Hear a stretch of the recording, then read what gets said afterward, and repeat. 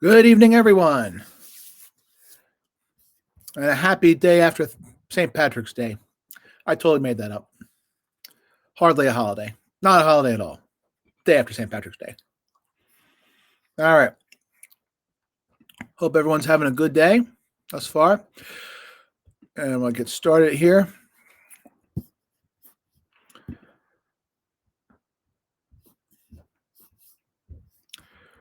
All right, so here we go. All right, hope everyone is ready.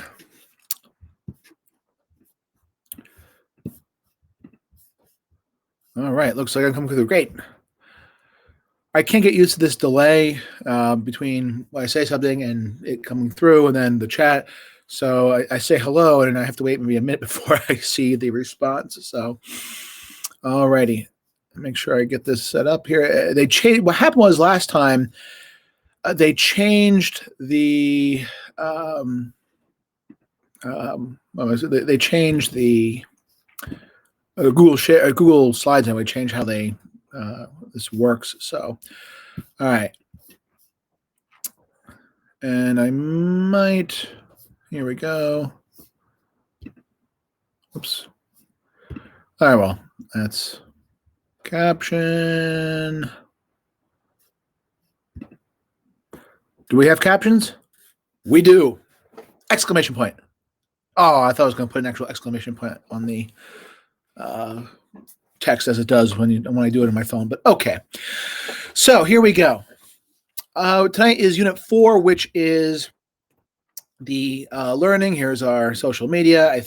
You should know that by now what it is. So Unit 4 is learning. When we say learning, we're not talking about learning in the classroom, although, I mean, that certainly can, in theory, fall under this umbrella. We're talking about learned behaviors, and this is sometimes referred to as the behaviorism unit. So, and even though they're not exactly the same thing here, I'm using them interchangeably here. So I say behaviorism, not everything falls under the guise of behaviorism, but we'll call it here just for the sake of simplicity. So behaviorism has essentially two overall assumptions here. The first assumption that only behavior is worthy of observation. You can't observe a thought process. You can't observe a memory. You can't observe an emotional feeling. And you might say, well, wait a minute, like, responses on a memory test, or, am I crying, or am I smiling? Well, all those are behaviors. Really, all those are behaviors. And so you really can't look at a person's thoughts, but you can examine the behaviors that in theory correspond to that thought or emotion. So that's a first assumption. The second assumption is that the environment determines who we are. Everything about you is the result of your environment.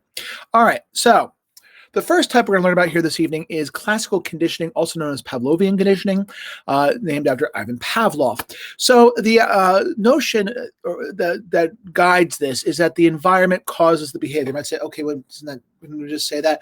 I'm pointing this out here because when we get to operant conditioning, it's a slightly different arrow system, if you will. So what happens here when we talk about the environment, we're talking about the presentation of a stimulus. Something is heard, something is seen, something is felt, or whatever. And that causes some sort of behavioral response. So something that we see, taste, smell, and so forth. And it causes a behavior. But specifically in classical conditioning, we're talking about, in theory, pardon me, a reflexive behavior. Salivation, heart rate, sweating, behaviors that I cannot directly control. You might say, well, wait a minute, I can make my mouth water, or, if I'm breathing more heavily, I can make myself breathe more or less. True, but there are also times when those things happen beyond our control. So we're talking about them happening automatically. They're happening beyond, it's not me just waving my hand, okay? So that is what we talk about with classical conditioning, okay? Quick review. If you remember this in the chat, I know I just said it, but what were the two assumptions of behaviorism or of this learning unit? The two assumptions, those are very important because they can guide many answers on an AP Psych exam. And again, remember, these behaviors are reflexive. I blink. Yes, I can blink my eyes if I want to, but when a puff of air hits my eye, I blink. That's reflexive. Okay. All right. So Pavlov is known for his dogs, and the idea behind this, and he used other things other than dogs. He even used humans as experiments, but for our purposes, we're going to talk about his work with dogs. So a dog is presented with food. Food is presented as a stimulus, and the dog salivates. That's a natural thing. Okay, that's a natural thing, and the terms that are going to be used here are unconditioned. And I think if Pavlov, who by just about all accounts was kind of not that nice a guy, but if Pavlov had known and was going to be a nice guy, had known that this was going to be AP Psych stuff, maybe he would use things other than unconditioned. But when we say the word unconditioned, make a note of this somewhere. When we say unconditioned, we are talking about unlearned and natural. It's the same thing. If it's something that's a natural occurrence, you didn't learn it. It's natural. It's reflexive. It's innate. It's almost instinctual. When presented with food, especially if food is, if you're smelling the food, not so much when you see it. I mean, when you learn to see it, you associate with it. But when food is put in your mouth, you salivate. That's a natural thing. So when we say unconditioned, it is something that is it's natural. So an unconditioned stimulus, unconditioned response, those two always go together.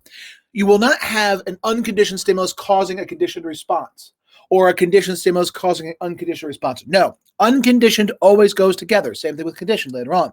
So this happens naturally. So, okay, now let's say I ring a bell for the first time to a dog.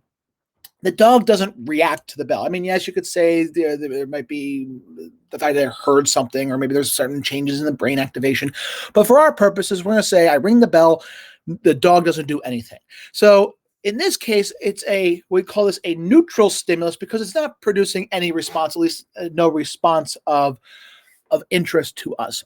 So remember, the unconditioned stimulus causes the unconditioned response. It's a natural occurrence, and whereas stimulus naturally produces a response of some kind that happens naturally, a neutral stimulus doesn't produce any type of response at all, for our purposes at least. Now, what starts to happen over time is that when that neutral stimulus, though, is paired with that unconditioned stimulus, what happened was that the bell started to produce the salivation. Dogs are not made or not born to salivate to a bell. Neither are we, but it could happen to us as well. Well, what is that process here? That process in which that neutral stimulus became a conditioned stimulus. Okay, what happened there? Okay, how did the neutral stimulus acquire the ability to become a conditioned stimulus? See, when we talk about conditioned, again, it is learned. It's not natural. It is something that is learned. It's something that happens through experience. You start to do.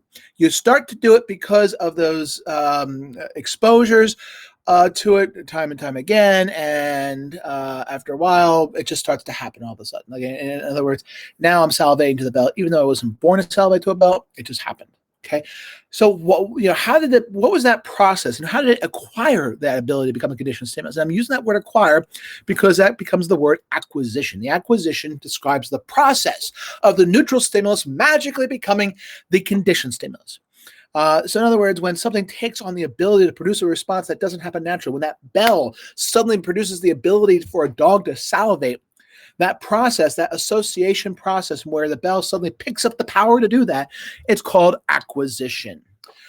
Okay, so given that word acquisition, there's some other fun vocabulary terms that are associated with this that we should know. So what's happening here is we have the unconditioned stimulus and the conditioned stimulus being paired together. Yes, that conditioned stimulus once upon a time was a neutral stimulus, but let's assume that conditioning has occurred, and now that neutral stimulus is now a conditioned stimulus. Now, in theory, I can ring that bell, that conditioned stimulus, without the unconditioned stimulus, and it will produce salivation.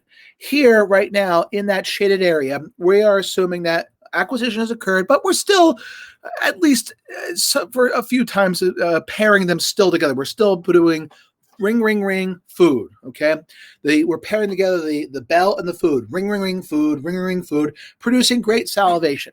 Okay, of that conditioned response of salivation. Now, what starts to happen though is notice that right outside the shaded area, we have just the conditioned stimulus, just the ringing of the bell. It's producing a couple times, let's say trial 12 and 13, let's say, even trial 14. It's producing a very robust conditioned response. It's showing the salivation rather well.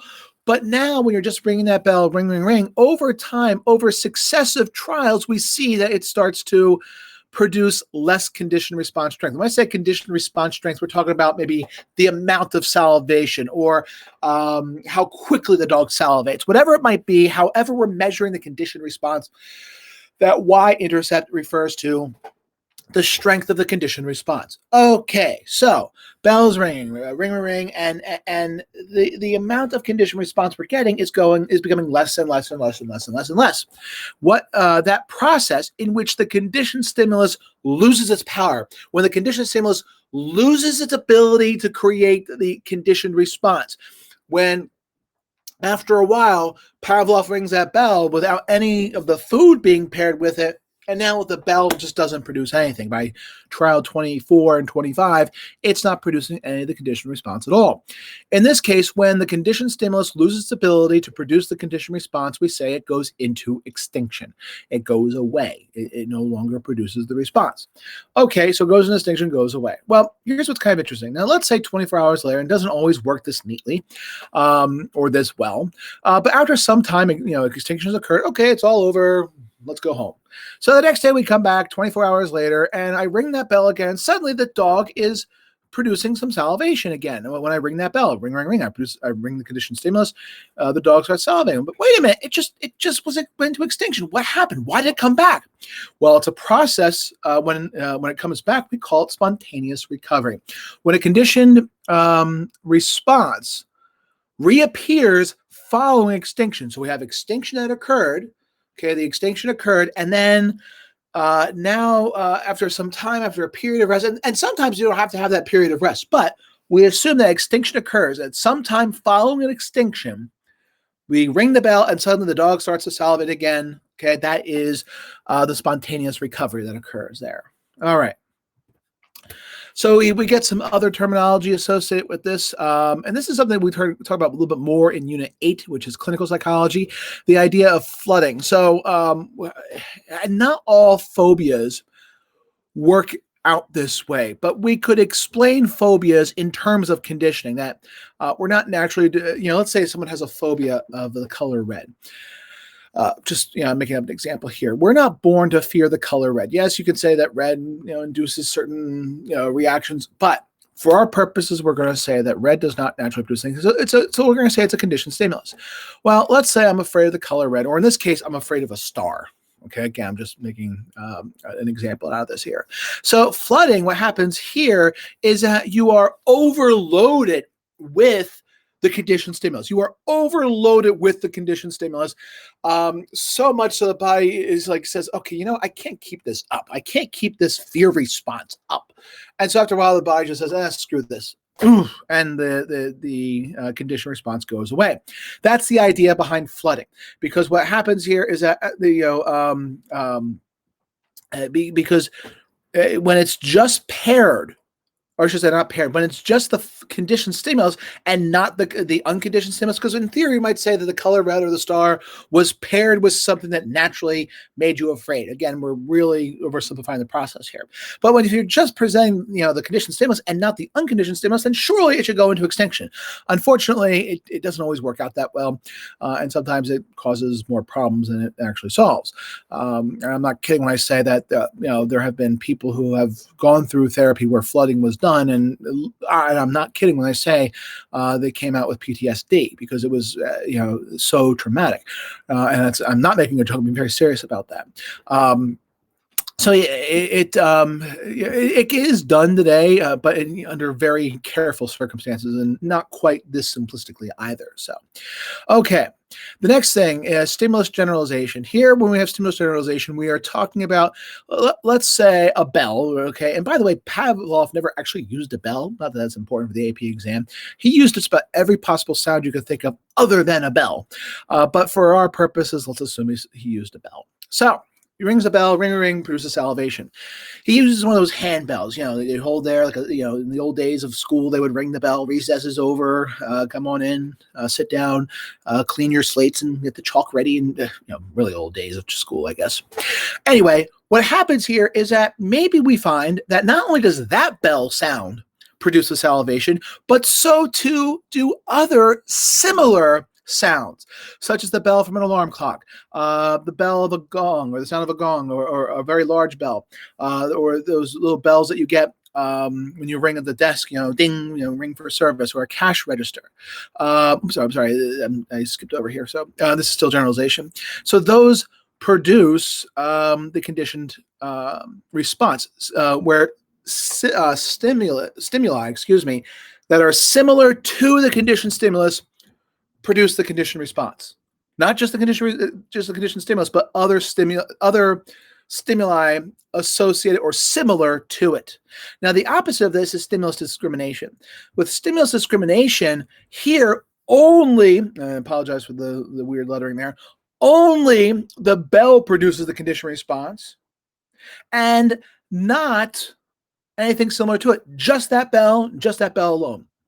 It could be a certain amount of volume or a certain pitch, or let's say I'm afraid of a red shirt, okay?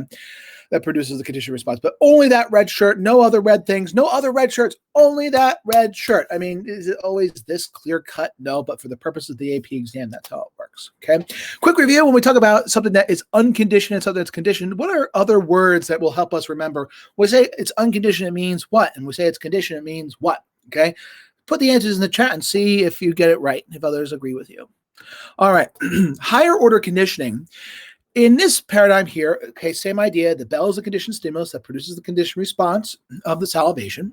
And so what happens is now that bell produces the conditioned response, okay?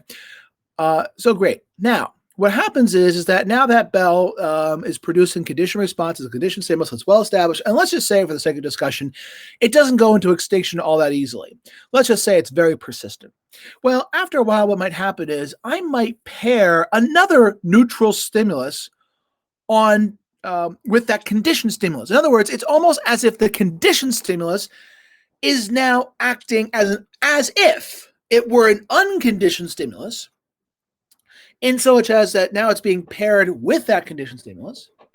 That neutral stimulus, in the case of star, now becomes conditioned. But you see, that star was not built on an unconditioned stimulus. It was built on a previously conditioned stimulus. So when you have acquisition or conditioning that occurs or that is created on previous conditioning, not on a natural stimulus, but on previous conditioning, a previously established conditioned stimulus, that is higher order conditioning. Here, sometimes they do CS prime 2 or sub 2, and that's, you don't have to worry about that. That's a little bit more, that's beyond the scope of this course. Sometimes it's called second order conditioning because it's the second one. And if you have a third one, that could be like tertiary conditioning. That's well beyond the scope of this, what we're talking about here. But just understand that it's conditioning built on previous conditioning. So that's what high order conditioning is. And frankly, most of the conditioning that we experience in our lives is really high order conditioning. Think about the paycheck that you might get every 2 weeks if you have a job, or every month, or however often you get paid, or the deposit slip, the direct deposit slip, depends on how you get paid, I guess. But you really say, oh, this is so great. Well, was that paired originally with food or something that makes you normally happy? No, that was paired with money. Money was, maybe the original conditioned stimulus. I mean, maybe not, maybe not. But, clearly the paycheck was not built on the original unconditioned stimulus. It was probably built on some other conditioned stimulus, namely money. So that's higher order conditioning there. Okay. Again, sometimes they call this primary conditioning and secondary conditioning. Those terms are not so terribly important as to know that it's basically that higher order conditioning is new conditioning built on previous conditioning. Okay. All right, Robert Rescorla and signal relations. What this is, it's a reflection, or I should say, it refers to cognitive influences affecting conditioning. Now, like I said, we start off with the classical. I want to say classical. I'm going to confuse terms, but we talk about the original paradigm of behaviorism that says it's all about the environment and you can't take thought into consideration. Well, as it turns out, thought cognition does affect conditioning. let's say, and I'm taking Rescorla's research here, very complicated and yet very brilliant research. I mean, very clever research and some very neat stuff, and really simplifying it here. But the idea is this. So let's say I'm in Pavlov's lab and I'm trying to make the dog salivate to the bell. But it just so happens that there's a soccer ball in the lab as well. And the dog says, that's an interesting ball. It seems like when I'm getting food, I keep noticing that ball, even though the bell was rung. What might start to happen is I start to salivate to the ball as opposed to the bell. And so basically what we get from this in signal relations, the idea is that it's a cognitive influence. In other words, how we get conditioned, how much we get conditioned, whether we get conditioned is also dependent upon our own cognitive interpretation of the event. In other words, what do I think is happening here? So it's not just like I'm just sitting here in some ottoman where, or an emotion, excuse me, where I'm just like given the signals or given the stimuli and I just respond. I mean, I'm a thinking individual. So that's what happens there. All right. Marty Seligman did some neat research. Well, basically it started off with an experiment, not even an experiment, a personal experience with sauce béarnaise. And what happened was Seligman went out to a restaurant and he had his favorite food, steak with sauce béarnaise. He's a professor, I think he's Professor Emeritus now, at the University of Pennsylvania. And what happened was he got food poisoning, or he had the flu or something. And for a good number of years following that, he could not eat sauce béarnaise. He could not fathom even the smell of sauce béarnaise.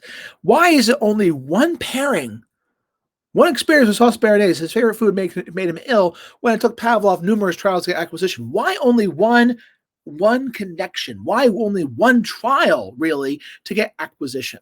Okay, why? Why did this occur? Why is this? All right, just one pairing. And it was an interesting question, and it was actually answered by a man by the name of John Garcia, who did a very fascinating study on conditioned taste aversion. And the study looks much more complicated than it really is. So I'll slow it down here just a little bit to give some background here, and then hopefully as we get to it, we'll kind of pick up on a little faster. So Garcia starts off with unconditioned stimulus of the radiation. Radiation is given to a rat, and it produces nausea, unconditioned response. That happens naturally, okay? Don't ask me how they measured nausea. Let's just assume they did. And then they also gave electric shock, and the rat would show a pain response. And again, how they measure pain response, let's assume they did, just for the sake of discussion, okay? We know that these are unconditioned stimuli that produce their respective unconditioned responses. Okay, now, Garcia does a study, or does a trial, I should say, with rats, in which they're given sweet water as the neutral stimulus, a very distinct taste of sweet water, and some radiation. And paired together, okay, not surprisingly, Pavlov would say this would happen, the sweet water produced the conditioned response of nausea. Not a surprise, but it happened very quickly. Likewise, let's assume that he uses a blue light as a neutral stimulus and pairs that with electric shock. He actually used, I think, a ticking noise, but for our purposes, let's just say he used a blue light. So he shines the blue light and electric shock, gives an electric shock. Not surprisingly, the blue light creates is a conditioned stimulus that produces the conditioned response of the pain reaction. Okay, so far, none of this is surprising. But here's where it got very interesting. When the sweet water was paired with the electric shock, with the idea that the sweet water would produce the pain response or the pain reaction, there was no conditioning. It failed, acquisition failed. There was no acquisition. Likewise, when the blue light was paired with the radiation, there was also no conditioning. And you're like, what is going on here? Well, as it turns out, the idea is this, that we have certain biological predispositions to conditioning. In other words, it's not just like we get conditioned whenever, wherever, that there are certain biological restraints. We are more readily programmed in our DNA to be conditioned in certain conditions. All right, let me try that again. We are biologically conditioned or biologically made to be conditioned in certain circumstances, and we're biologically made to not be conditioned in other circumstances. Well, what are those circumstances? Consider the idea of taste and nausea.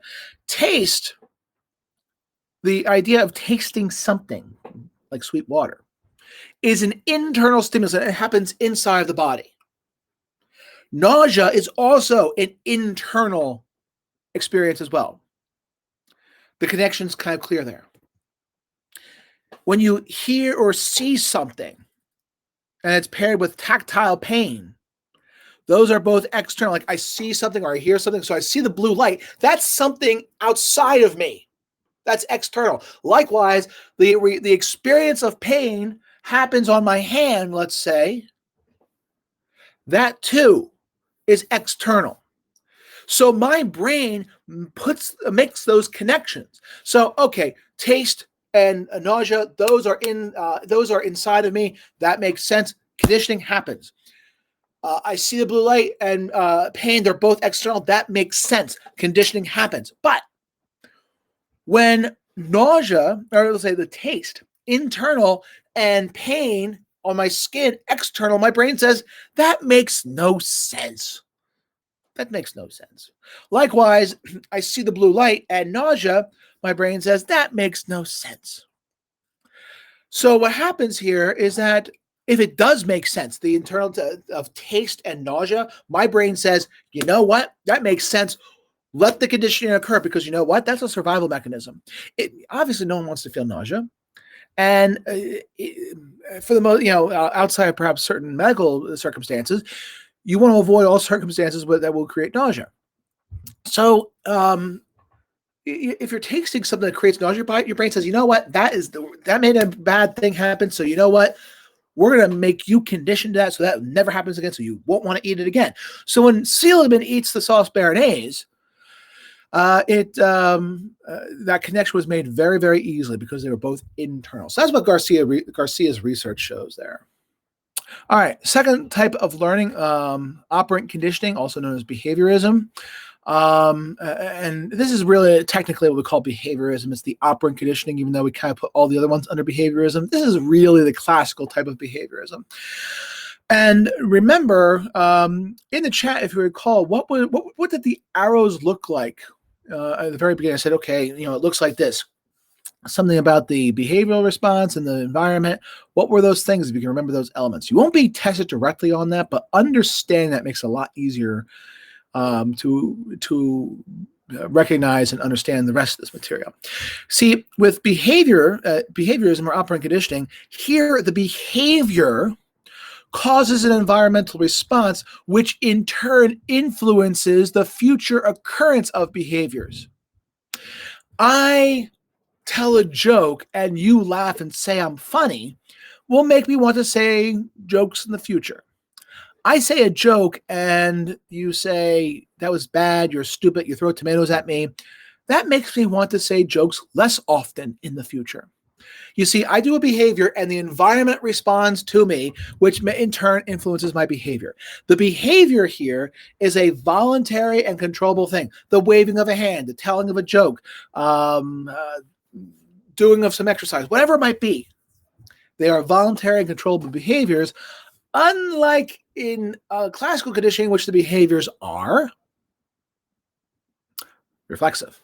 So, and the environmental response, for our purposes, we're going to say it could be pleasant or unpleasant.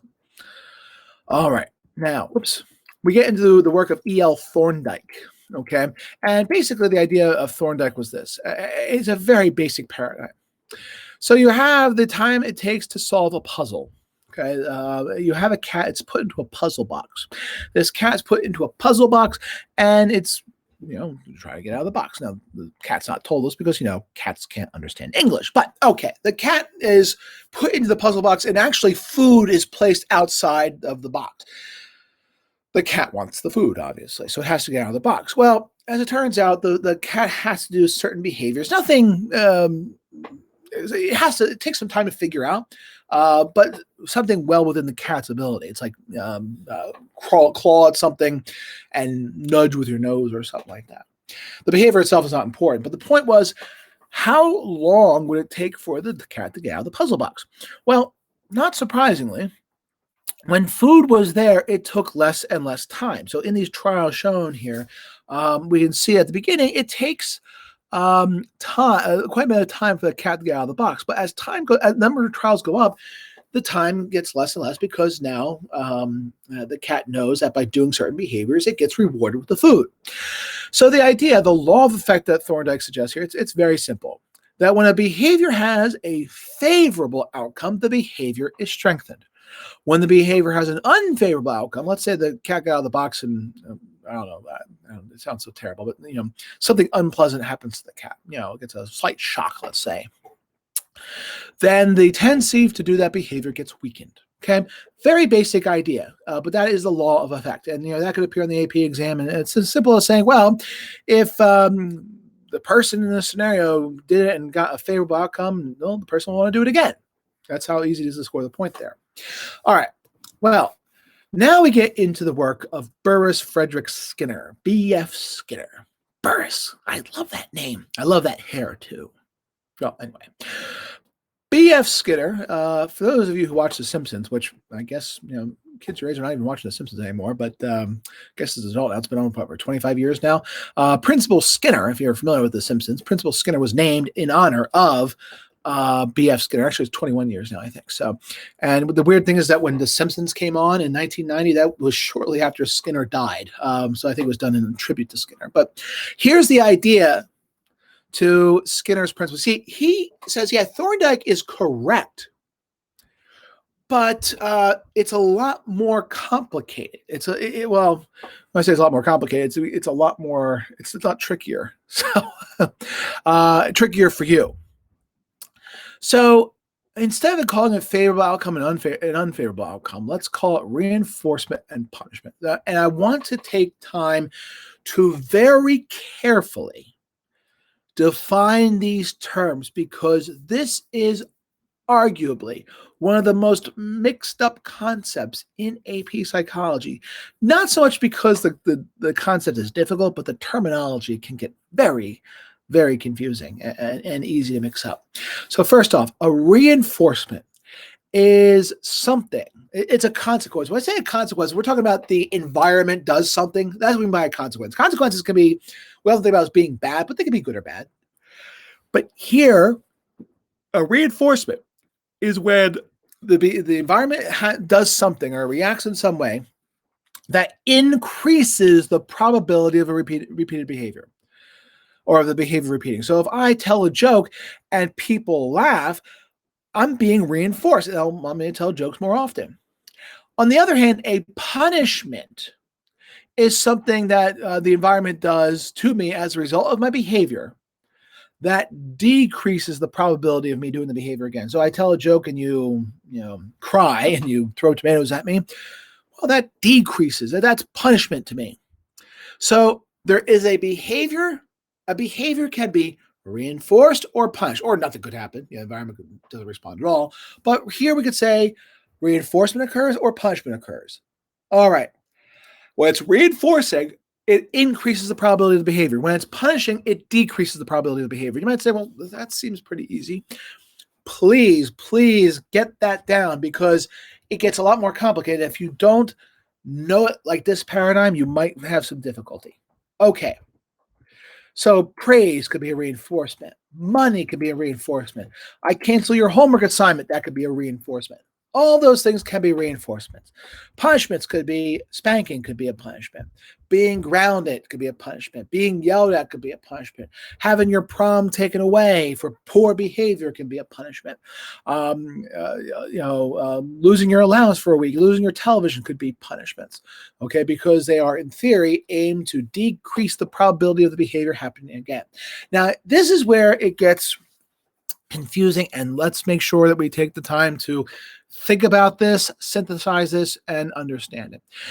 Reinforcement, again, increases the probability of a behavior happening again. Okay, now, there are two types of reinforcement here, positive and negative. The first thing I ask you to do, please, for the love of whatever you believe in, please, please, please understand when we're saying positive, positive does not mean good and negative doesn't mean bad. Please, rid yourselves. I mean, yes, you might say, well, doesn't that mean normal? Yes, normally. But here in this context, we don't mean positive and negative. If a person has a positive COVID test, clearly that's not good. Whereas a negative COVID test would be good, right? So, and likewise, let's say you took the vaccine and you show you're positive for antibodies, that's good. And if you're negative for antibodies, that's bad. So in other words, you could have positive or negative. When we talk about the words positive and negative, it's like being positive for a disease or positive in that instance. It doesn't mean good and bad. When we talk about positive and negative, we are talking about, with positive, we're talking about a stimulus being presented, given, it's there, it appears, it manifests, it shows up as a result of the behavior. Behavior happens and something pops up. When we talk about positive, a stimulus appears, presented, and so forth. If it's negative, okay, so right now let's just focus on the positive. When we talk about positive, we're talking about presented, given, negative, given, manifests, appears. Negative removes, disappears, goes away, is taken away, is reduced, goes down. Positive, presented, given, increases, appears. Negative, goes away, taken away, removed, disappears. So understand that. That's very vital. That is remarkably vital.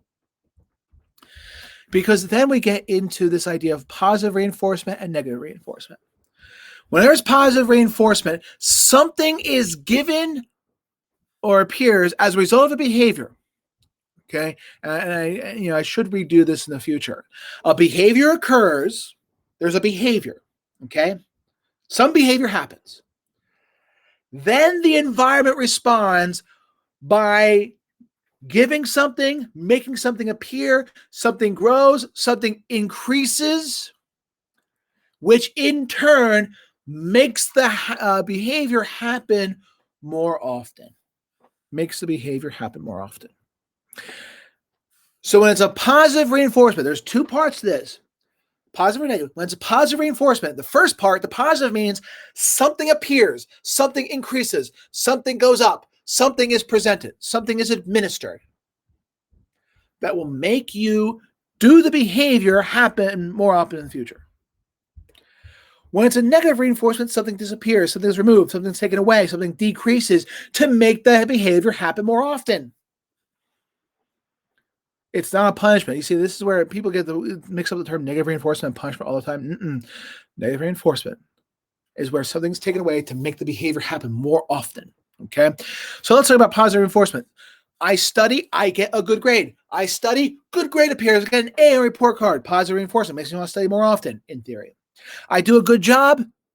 I do my work. I get a bonus. Money appears. I get, money appears in my hands. The stacks of bills, $1 bills in my case, grow and grow and grow. Makes me want to do my job more often. Okay. I go out and do some exercise. I get the endorphin rush. Positive reinforcement. But negative reinforcement. Okay. And this is where we have to take some time to really think about this. I put on that seatbelt. Risk of injury goes down. Now, if I know that when I put on my seatbelt, my chance of being badly hurt in an accident goes down, wouldn't that make me want to put on my seatbelt more often? Yeah, that's what I would hope is yes. Let's say I eat my vegetables. I tell my kids, hey, if you eat all your vegetables, you don't have to do any chores tonight. So they eat their vegetables. That's the behavior. The horrible, no good chores taken away makes them want to eat their vegetables in the future more often. Likewise, I put my seatbelt on. The risk of injury in an accident goes down. That's why it's negative. The chores going away, the chores disappearing makes it negative. I turn off the alarm clock. It's a alarm clock, and I turn it off. That loud, obnoxious noise goes away. That's what makes it negative. It's going away. And it's a reinforcement because it will make me in the future want to do it more often. I'll next time that noise occurs, I'm more likely to hit that snooze button or whatever. Okay. And again, look at the difference. On the left-hand side, things are added or created, and on the right-hand side, things disappeared or are removed or are lessened. Okay. And as a result, in turn, makes those behaviors happen more often. It makes it reinforcement. It doesn't matter if it's positive or negative. They're all reinforcements. Okay. Some reinforcements are going to be positive and some reinforcements are going to be negative. Now, punishments, too, also follow the same exact pattern. Okay. What you're going to find here is the positive and negative are same. It's the same as the last slide. It's positive, something's presented, given, appears, manifests, increases. Negative, removed, disappears, taken away, reduces. Okay. So we have positive punishment. How can a punishment be good? Remember, positive does not mean good or bad in this case. It just means something is presented. Okay. Something appears or is given in a positive punishment to make the behavior happen less often. With a negative punishment, something disappears or is removed to make the behavior happen less often. What makes the behavior happen less often? In fact, what makes it happen less often? It's the punishment. Whether something appears or disappears is what makes it positive or negative. Okay. If I talk back, I get a mean look from my parents. If I stay up late, I get a headache. If I play too many video games, the bad F grade appears on my report card. Those are all positive because things are appearing or things are getting worse or increasing. That makes it positive. And in theory, will make me do those behaviors less often, makes it a punishment. If I have poor hallway behavior, the principal cancels the school dance. If I get bad grades, my TV is taken away. If I smoke, years of life are reduced. Smoking reduces life expectancy. The fact that things are going away or are reducing in that right-hand side makes them negative. Okay, compare the difference between what's added and created, or what's added and created versus what's disappearing or removed. Okay, and makes these behaviors happen less often. Okay, it doesn't matter. So if you're given a paradigm, if you're given a scenario and you're told to, is it a positive punishment, negative punishment, positive reinforcement, negative reinforcement? Here's what you do. Okay. First thing I look at is, okay, what's the behavior in question? Okay. Someone does a behavior. Now the environment. Okay. Is that environmental response making the person do the thing more often or less often? Forget about positive and negative here. Is it making the person do something more often or less often? If it makes them, in theory, want to make it do it more often in the future, it's a reinforcement. If it makes them, in theory, want to do it less often, it's a punishment. Okay, so once you figure that out, put that off to the side. Now you have to determine, is the environmental response adding something or presenting something or giving something, or is it taking something away or reducing something? Forget about whether it's a punishment or reinforcement. It doesn't matter here. We already established that. You have to ask yourself, is it giving something or taking something away? If it's giving something, positive. If it's taking something away, negative. And then you can put it together, and there's your answer. That's going to be your answer. And also sometimes in the AP exam, people, when they're preparing, say, well, what about this? Could it be a positive punishment, negative? It could be a variety of different things. Smoking, gives you time with friends. Some people say, well, I get a smoke break, I get time with friends. Positive reinforcement reduces my tension. Negative reinforcement, if I cough a lot when I smoke, it's a positive punishment. I lose sleep quality is a negative punishment. Okay. Exercise. You go through these. Okay. And you can screenshot this or look at the replay, or if you are looking at the replay, you can pause this and look at this, and you can see a behavior can have different types of consequences. And in theory, could have all four.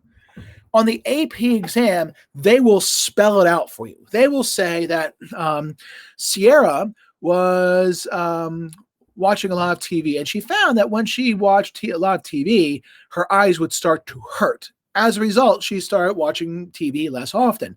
This is an example of, and in that case, you would say positive punishment, because the pain occurs in her eyes and makes her want to do it less often. Okay, you want to take it, it will spell it out for you, or if it's an FRQ, the scenario will spell itself out that it's pretty clear cut. Okay. Although sometimes they might say, they'll spell out a scenario and they say, is this a positive punishment, negative punishment, positive reinforcement, or whatever? in theory, they could do that. And sometimes if it's vague like that, or if it's like that, and I don't know if it has ever appeared in my memory like that, but if it did, sometimes the rubric makers will acknowledge that it could have multiple possible answers, and the person grading the AP exam might be told, score the different possible correct descriptions as possible. So, but they would only ask you to do one. Like just how it's. You identify one, and that's fine. So, and a consequence can also have a cognitive interpretation of this. I mean, I give it detention. It's a loss of one's time, which is a negative punishment, but also a detention slip could be a positive punishment. Okay. A homework pass could be an opportunity for something fun. It's like, oh, now I get to go to the homework pass, and now I get to go to the concert post-COVID. That's a positive reinforcement. Homework disappears, negative reinforcement. And sometimes teachers especially, we get caught up on this. Like, well, wait a minute, could it be this? It could be more than one thing. It's how it's interpreted. It's how it's described. AP exam, it will be clear cut. In theory, detention, you can also say, hi, hey, he got a detention. He's so cool for getting a detention. That's a positive reinforcement.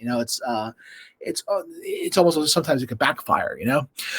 All right, reinforcement schedules. Okay, this is another tricky part in this. Continuous reinforcement is where all behaviors are reinforced. I do a behavior, gets reinforced. You do your chores. Every time you do your chores, you get paid. Intermittent reinforcement is that only some of the behaviors are reinforced. Not every single one, only some of them. And this also takes a little bit of time. I want to make sure I take a little bit of time to make sure this is clear. So, and if you've taken Psych before, and then there's like this variable interval, or the variable ratio, and all this stuff, and it seems so scary. All right, let's break it down part by part. First off, interval. Reinforcement occurs after a certain amount of time has passed, provided you have done the behavior. You've done the behavior, okay? In other words, after a certain amount of time of doing the behavior, so amount of time has occurred, and assuming you've done the behavior at some point, reinforcement occurs. Okay. When it's interval, it's based upon time. It doesn't matter how many times you did it in that time interval. The point is, the behavior was done at some point in that time interval. A certain amount of time has gone by in order for reinforcement to occur. Okay. It doesn't matter how many times it was done, so long as it was done at least once. A ratio is based on the number of behaviors that were done. Okay, compare the difference. Okay, compare the difference here, because if you look at checking the weather outside each day until there's snow, I could check outside I could look out my window 150 times a day. Guess what? that will have no impact on the snow. I could wait for my newborn to stop crying. He's crying, and I could wait. I could peer my head in 50 times. If he needs 10 minutes to fall asleep, it's going to take 10 minutes. Or if it takes 15 minutes, it's going to take 15 minutes. Okay. If I open the oven after 40 minutes, I have to wait 40 minutes for the cake to finish baking in the oven. I could open up that door 100,000 times. It's not going to make that cake bake any faster.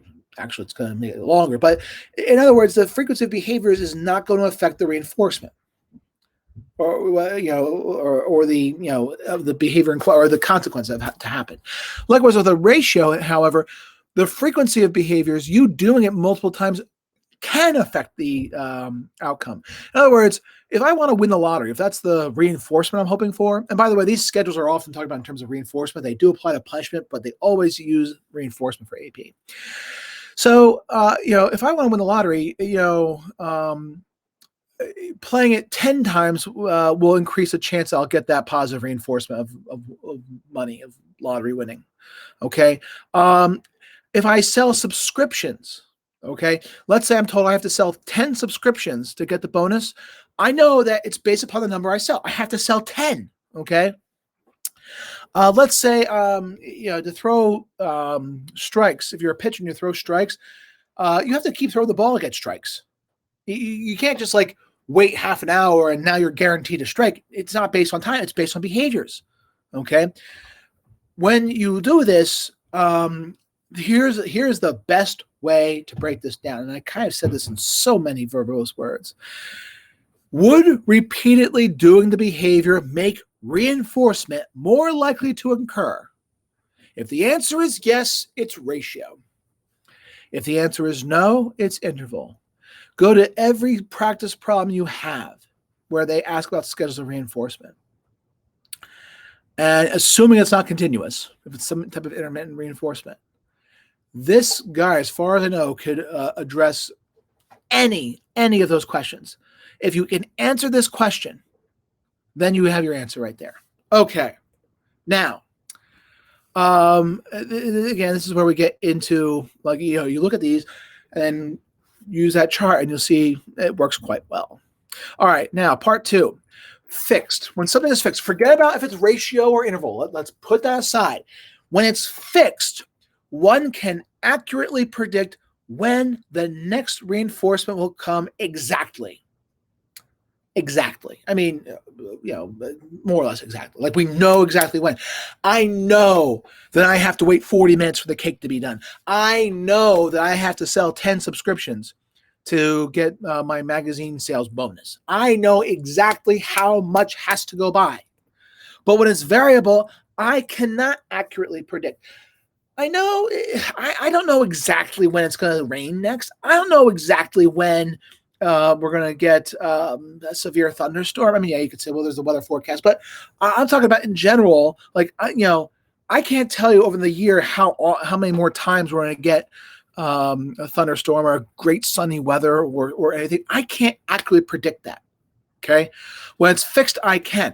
And by the way, if the AP exam uses the term on average, that is a buzz phrase for variable. The pitcher throws a strike on average once out of every 3 pitches. On average. You might say, well, it's going to be once every 3. No, it's not exactly 1 out of every 3, because then you would know, a batter would know that he would have to swing exactly on every 3rd pitch, and that would be fine, and not to swing on the other 2. No. On average means that in the long run, it's 1 out of every 3. Sometimes it might be 3 in a row. It might be none for 10 times in a row. You don't know exactly when, but on average. Let's say you get an email on average once an hour. It doesn't mean that on the hour, every hour you get an email. Sometimes you get multiple emails in an hour, and sometimes you get no email at all. But on average, you get 1 email an hour. That makes it variable. All right.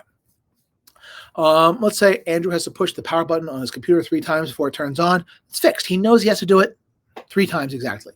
Maria gets a new email every 2 hours on average, makes it variable. Okay, now we put that together. Okay, first off, all right, you're given one of these like schedules of reinforcement problems. Okay, so blah blah blah blah blah. And what schedule is it? Oh goodness. Okay, here we go. Now, remember, there's that continuous stuff again. That's like every single behavior. That's sometimes a trap that we fall into. First off, determine, is it continuous? Is it every single behavior? If the answer is no, okay, it's intermittent. All right. So ask yourself, is it predictable? Do you know exactly when or how the reinforcement will occur next? Okay. If the answer is yes, okay. And is it based upon frequency of behaviors? Okay. It makes it fixed ratio. When you buy 6 cheesesteaks, I'm from the Philadelphia region. We love cheesesteaks. You get a free one. Do you know when you get the free cheesesteak? Yes. After exactly 6 purchases being a behavior, makes it ratio. Now, let's say it's predictable and it's based upon time passing, provided you've done the behavior. Okay, fixed interval. Sandra sees a beautiful sunrise once every 24 hours. Yes, I know the sunrise every 24 hours. The day's a little bit off. But okay, let's say every 24 hours. And I know sometimes the weather's not good, but she knows the sun comes up every 24 hours. Time has to go by. And then she checks, and there's the sun. It's predictable, and it's based on time going by. Can you predict it? No, and it's based on behaviors. That's a variable ratio. Kyle hopes the next pull of the slot machine is a huge winner. Gambling is a major variable ratio thing because it's based upon you doing the behaviors, you buying the lottery tickets, you pulling the lever, you throwing the dice and putting money on the table, you making bets at the sports parlor, whatever it might be, is going to determine. That makes it variable ratio. And if it's unpredictable based upon time passing, that makes it variable interval. Terry hopes there will be a fire drill to get her out of the class. She doesn't know how long she has to wait before the next fire drill. It could be 3 days, it could be 3 hours, or it could be 3 weeks. A certain amount of time has to go by, okay? And she doesn't know exactly when. All right, 2 categories of reinforcers here. I'm going a little late on time here. Primary reinforcers are any unconditioned stimulus. Secondary reinforcer is any conditioned stimulus. Oops, sorry. And make sure you, that did appear a couple of years ago on the AP exam, the difference between the two. Okay, knowing the difference there. Escape learning. Okay, escape learning is where there is a noxious stimulus or something that you're in the middle of something very unpleasant and you do a behavior to make it go away. Okay, so the fire alarm's going off. I hit the signal, it goes away. Okay, I have a stomachache. I take medicine, it goes away. Escape learning. I do a behavior to get out of the unpleasant situation that I am currently in. That is different from avoidance learning, because with avoidance learning, there is a signal that says, hey, something pretty bad's about to happen unless you do something. And then when you do that behavior, you don't have to get that noxious stimulus. It's almost like saying, you see a chemical that has like a poison, like warning, poison, and that's a signal that says, hey, don't drink this. So what do? I don't drink it. And I avoid, I don't have to deal with the obnoxious, sickening effect that I would get. If you have an alarm at home where you go in the house and it's one of those house burglar alarms and you have to enter in the keypad, you walk in the house and maybe you get that like one beep, like beep, beep. It's like you have 30 seconds to turn off this alarm before, all hell breaks loose. So you go over and you push the keypad, it turns off the behavior, or turns off the alarm. Okay. Avoidance learning is where you do something so that you don't have to deal with that obnoxious thing. And there's a signal that tells you it's going to happen unless you do that behavior. Okay. So, and really, basically, this is what I just said here. And again, in the interest of time, that's something you could screenshot, look at the replay.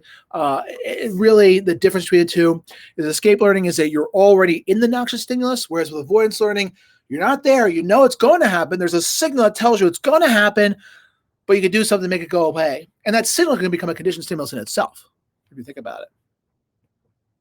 Shaping is for complicated behaviors. I could wait all day and all night for that dog to jump onto the stool there, right? I could wait all day and all night, and then reinforce it. It will never happen, right? So what I do is I reinforce small successive behaviors. I reinforce small approximate behaviors. So the dog gets a little closer, reinforce it. Gets even closer, reinforce that. And I keep doing it, and it does it more and more and more until I do that behavior in question. If you ever think about hot cold with behaviors like, we want you to do something, and when you start doing it in the way we think you want you to do, we say hot, and if you're doing what we don't want you to do, we say cold. That's what shaping is. It's reinforcing successive behaviors to learn a more complicated behavior. Habituation is a thing where we react less and less to a behavior. We have our behavior, we don't respond to it as much. You have that noise, that loud, obnoxious heater beginning in September or November, or October. Whoa, what's that noise? Oh, it's the heater. And by March, it goes off. You're not even reacting to it. Habituation is where there's a decreased behavioral response to a stimulus after repeated presentations of it. Okay, that's habituation. And some people say, what's the difference between the two there? Okay. It's sensory adaptation almost deals exclusively with the senses and decreased sensitivity to ongoing presentation, like the continuous presentation.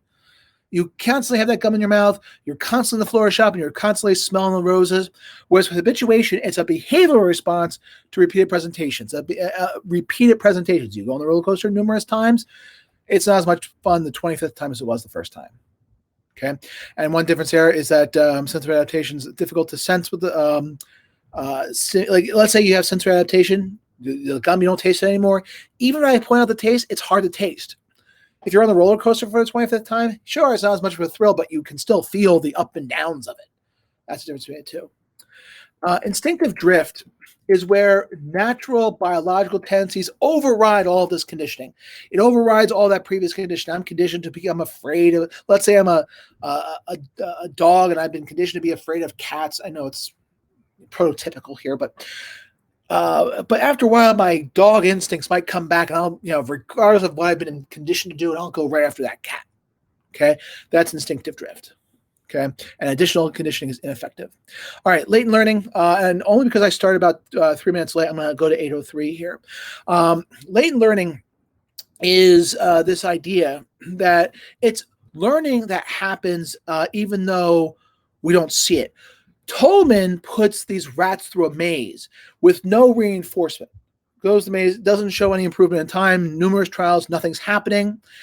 But then, for the ones in gray, after like the 15 trial, it's given cheese. It's given cheese. And on the next trial, you would expect that it would be, okay, it's going to gradually start to learn it. Actually, it was a major improvement. How did it get that good that quickly, excuse me? Well, it had to have known it in some way. In other words, it did learn it, but we didn't see it. It had, dare we say, cognition. It had, a memory of it. Okay, it was so latent learning is unobserved learning that is probably held in a mental map or what's called a cognitive map, a mental map of what it is of one's environment. Okay, so the mental map or the cognitive map is often associated with Tolman. Okay, finally, this third type of learning is observational learning. This is not a very long thing at all. Albert Bandura in the Bobo doll study. Basically, what he had there was children observed a video of a adult beating on a Bobo doll, a little inflatable toy doll, and the kids started to mimic it. They started to model it. So the big terms that they get from this is with Bandura's research is that we see what we do. Or I'm sorry, we do what we see, excuse me. We observe it, we mimic it, we imitate it, we model it. I don't want to use the word model in describing the application of modeling, but it's just imitation. And we do have research to show that that when we are observing, that there are neurons being built by watching it that correspond to doing it. So if a monkey, for example, is knows how to pick up a ball, let's say, now the monkey sees a human pick up the ball, those neurons are actually being created that that basically are being fired off as if it's doing it. In other words, when I'm seeing it being done, it's actually firing off certain types of neurons that activate in the same way as if I'm doing it. In other words, by seeing it, it's almost reinforcing my ability to do it. That's why sometimes if you don't curse and you're around people who start cursing all the time or who are cursing all the time and you start cursing too, well, guess what? You can blame mirror neurons for that. All right. So that is a whole bunch of CRAM stuff in 1 hour. So with that, okay, just looking at the chat here, Jane asked a very good question here. Wasn't the bell external and the food and saliva internal? Going back to conditioned taste response and Garcia, it's a very good question. And the answer is yes. And it's not so much an instance of being conditioned or not necessarily. It's more of a matter of how easily you can be conditioned. And the presentation of it was to kind of show it happens here, but it does not happen here. But it's not always that easy. It's more like Pavlov had to ring that bell numerous times for the acquisition to occur. But if he were to do something like I'm just trying to think of a good example here. Present a certain odor that's not associated with the food, like a certain odor that's internal, because smell is internal too.